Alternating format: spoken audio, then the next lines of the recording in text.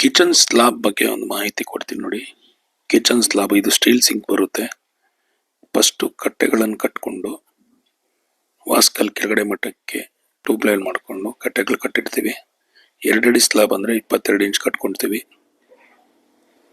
ಅದಕ್ಕೆ ಸ್ಲಾಬ್ ಕೂಡಿಸ್ಬೇಕಾದ್ರೆ ಕೆಳಗಡೆ granite support ಇಲ್ಲ ಟೈಲ್ ಸಪೋರ್ಟ್ ಕೊಡ್ತೀವಿ.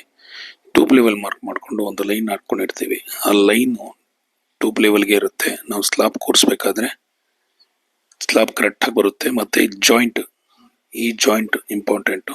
ಜಾಯಿಂಟ್ ಕರೆಕ್ಟಾಗಿರುತ್ತೆ. ಸ್ವಲ್ಪ ರೂಮ್ ಕ್ರಾಸ್ ಇದ್ದರೂ ಆ ಕಡೆ ಈ ಕಡೆ ಸ್ವಲ್ಪ ಹೇಳ್ಕೊಂಡು ಜಾಯಿಂಟ್ ಮಾತ್ರ ನೀಟಾಗಿರಬೇಕು.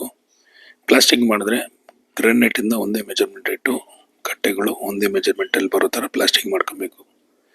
ಇದೆಲ್ಲ ಮಾಡಿ ನೀಟಾಗಿ ಕ್ಲೀನ್ ಮಾಡಿದ್ರೆ ಈ ಸೈಡಲ್ಲಿ ಏನಾದರೂ ಗ್ಯಾಪ್ ಇದ್ದರೆ ಟೈಲ್ಸ್ ಹಾಕಬೇಕಾದ್ರೆ ಅದು ಕವರ್ ಆಗುತ್ತೆ. ಗ್ಯಾಪ್ ಬಗ್ಗೆ ಚಿಂತೆ ಬೇಡ.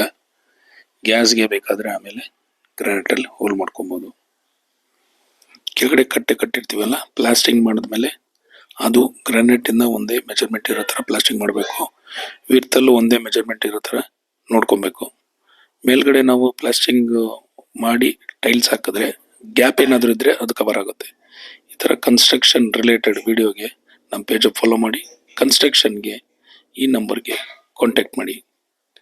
ಈ ಥರ ಯಾವುದೇ ಇದರಲ್ಲಿ ಏನಾದರೂ ಡೌಟ್ ಇದ್ದರೆ ನನಗೆ ಕಮೆಂಟ್ ಮೂಲಕ ತಿಳಿಸಿ. ನಾನು ನಿಮ್ಮ ಡೌಟ್ಗಳನ್ನು ಕ್ಲಿಯರ್ ಮಾಡಿಕೊಡ್ತೀನಿ.